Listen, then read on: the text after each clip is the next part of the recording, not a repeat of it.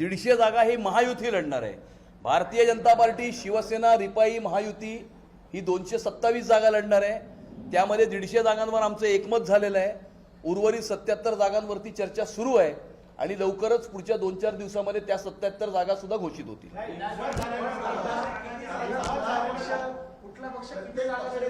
आमच्या दृष्टिकोनातून कुठला पक्ष कुठली जागा,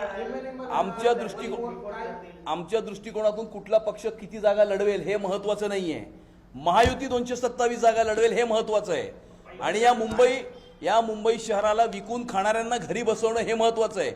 किंवा मुंबई महानगरपालिका ही कुठल्या तरी एका परिवाराची जागीर आहे हे जे लोक समजतात त्यांना उत्तर देणं हे महत्वाचं आहे. आणि त्यामुळे महायुती हे करण्यासाठी सज्ज आहे.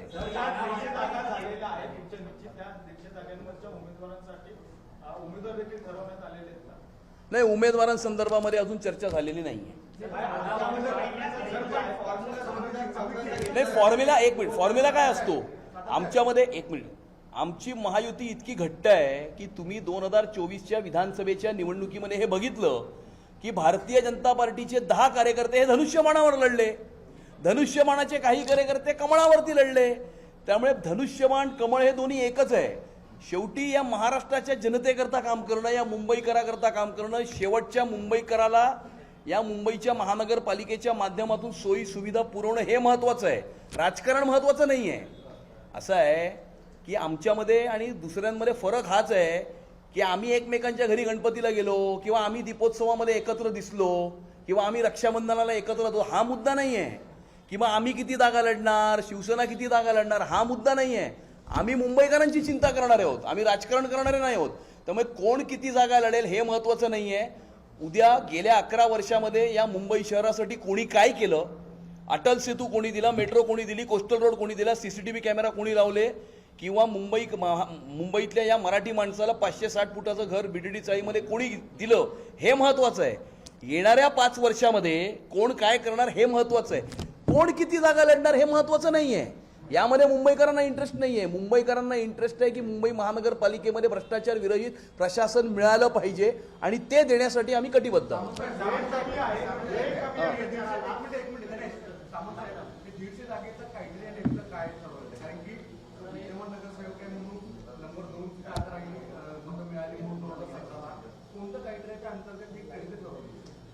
नाही, भाजपाचे मुंबईचे अध्यक्ष यांनी एकदा भूमिका मांडल्यानंतर त्यांच्या बाजूला बसून माझ्या भूमिकेमध्ये काही बदल होईल असं तुम्हाला वाटतं का? आमचा क्रायटेरिया हाच आहे की ज्या पद्धतीनं मुंबईकरांना आवश्यक असलेलं चांगलं प्रशासन हे मुंबई महानगरपालिकेमध्ये देणं. त्याच्यामुळं त्यांनी जे सांगितलं की 150 ठिकाणी आमचं एकमत झालेलं आहे. 77 जागा ह्या अनिर्णित राहिलेल्या आहेत. त्याच्यावर देखील उद्या परवामध्ये चर्चा होईल. परंतु जागा किती कोण लढतं याच्यापेक्षा आम्ही महायुतीनं पुढे जातोय. म्हणजे शिवसेना, भाजप, RPI. त्याच्यामुळे ती महायुती अतिशय चांगल्या पद्धतीनं कॉन्क्रीट असली पाहिजे ही आमची सगळ्यांची भूमिका आहे. आणि कुठच्याही परिस्थितीमध्ये 150 जागांपेक्षा जास्त जागा हे जे आम्ही सांगितले की आम्ही जिंकणार ते आम्ही 100% जिंकणार. एकही जागा शिवसेनेच्या वाट्याला येत नाही अशी परिस्थिती आहे. तर असे काही आक्षेप असतील तर आपण नोंदवलेले आहेत तर ते सॉर्ट आउट झालेले आहेत. मला असं वाटतं की ज्यावेळी तिकीट वाटप जाहीर होईल, उमेदवार जाहीर होतील, तर याची उत्तरं तुम्हाला मिळतील ना.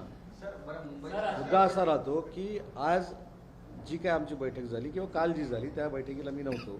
आज फक्त आम्ही कशा पद्धतीनं निवडणूक लढवणार आहोत आणि ज्या 150 जागा आमचा एकमत झालेल्या आहेत त्याच्यावर आमची चर्चा झाली.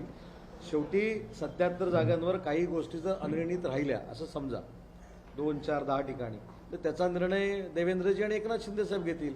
त्याच्यामुळे एक फायनल आहे की महायुतीनं आम्ही पुढे जातोय आणि महायुती जिंकण्यासाठी जे करावं लागेल ते गठबंधन म्हणून आम्ही करावं.